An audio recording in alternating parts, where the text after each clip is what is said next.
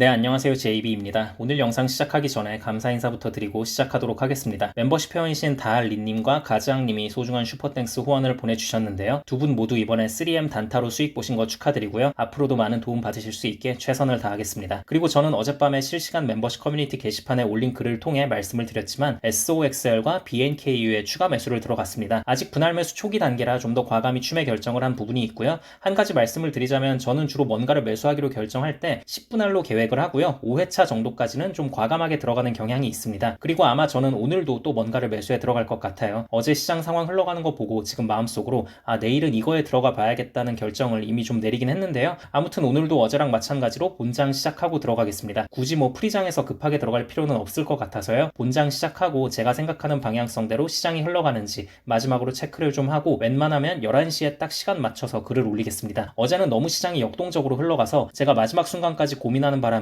예정된 시간보다 글을 살짝 늦게 올렸는데요. 오늘은 진짜 11시에 딱 맞춰서 올리도록 하겠습니다. 그러니 저의 매수 매도를 참고하고 싶은 멤버십 회원분들은 11시에 시간 맞춰서 커뮤니티 게시판을 보시면 좋을 것 같습니다. 네, 그럼 오늘 영상에서는 어제 나스닥과 채권 시황에 대해 설명을 드리고요. 또 제가 썸네일에 적어둔 부분, 엔비디아는 도대체 어제 왜 그렇게 많이 빠진 걸까? 심지어 다른 반도체주들은 생각보다 그렇게 많이 빠지진 않았거든요. 나스닥 증시 자체도 마찬가지고요. 근데 엔비디아와 AMD만 왜 유독 더 많이 빠질 수밖에 없었는지, 이걸 단순히 어제 PPI 수치가 높게 나왔고 옵션 만기일을 앞두고 있었기 때문이라고 볼 수도 있겠지만 제가 생각하고 있는 이유가 하나 더 있습니다. 그 부분에 대해서도 말씀을 드려보도록 할 테니까요. 관심 있으신 분들은 끝까지 잘 들어주시면 좋을 것 같습니다. 네, 일단 어제 나스닥 증시는 보합권에서 잘 마무리했고 채권 가격은 대폭락을 했습니다. 중요 지표 발표로는 2월 PPI 수치가 있었는데 이게 예상치를 매우 크게 상회하는 수치가 나왔습니다. 근데 막상 발표 직후 프리장에서나 본장 시작하고 나서도 얼마가는 채권 가격이 그렇게 폭락하진 않았어요. PPI가 예상치보다도 훨씬 더 높게 나오긴 했지만 그 안에 세부 내용을 보면 우리가 좋게 생각해 볼 만한 여지도 충분히 있다는 게 그 이유였는데요. 예를 들면 이번 2월 PPI는 에너지 가격이 너무 많이 올라서 높게 나온 부분이 컸는데 근데 어차피 에너지 가격은 변동성이 원래 심한 거고 또 결정적으로 이건 연준에서 컨트롤할 수 있는 부분이 아니지 않냐. 그래서 막상 에너지와 식품을 제외한 근원 PPI 수치를 보면 그렇게 높게 나온 건 아니고 또 결정적으로 연준이 벤치마크로 삼고 있는 PCE에서 많은 비중을 차지하고 있는 의료 서비스 관련 항목들과 주거비가 지난번 CPI 발표 때도 그렇고 전월에 비해 많이 감소한 게 확인이 됐기 때문에 큰 문제 없을 것이다 라는 이유로 지표 발표 직후엔 채권 가격도 그렇게 심하게 하락하진 않았던 것 같습니다. 근데 결국 본장 시작하고 얼마 못 가서 크게 하락을 했잖아요. 이건 왜 그랬냐면요. 결국 제가 어제 영상에서도 말씀을 드렸지만 그냥 채권 투자 심리 자체가 너무 안 좋습니다. 그래서 주식시장이라도 좀 무너지는 모습을 보였다면 그나마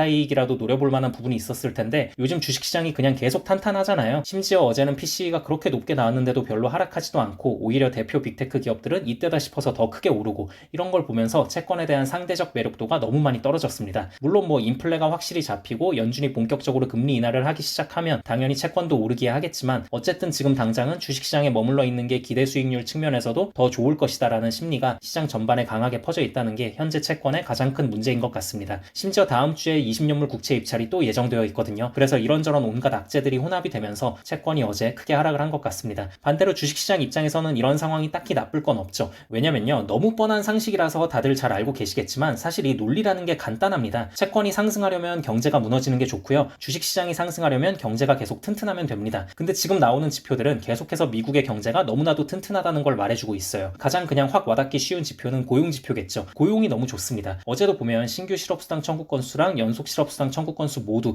예상치를 하회하는 수치가 나왔거든요. 그만큼 실업자가 없고 사실상의 완전 고용 상태가 계속 유지되고 있다는 뜻이고요. 이렇게 되면 소비자들의 구매력도 뭐 월마다 약간의 차이는 좀 있을 수 있지만 계속 살아있다는 뜻이고 나쁘지 않죠. 그래서 아무튼 지금 지표들 나오는 걸 보면 인플레는 서서히 잡혀가지만 경제의 타격은 딱히 없는 진짜 이러다가 소프트 랜딩 그러니까 연착륙을 넘어서 오히려 노랜딩까지도 가능한 게 아닌가 싶을 정도로 괜찮습니다. 물론 또 채권 가격이 지금처럼 워낙 심하게 떨어지면 없던 문제도 생기는 게 경제이기 때문에 앞으로의 상황은 달라질 수도 있겠지만 어쨌든 지금 당장의 상황은 노랜딩 시나리오로 향해 가는 것 같습니다.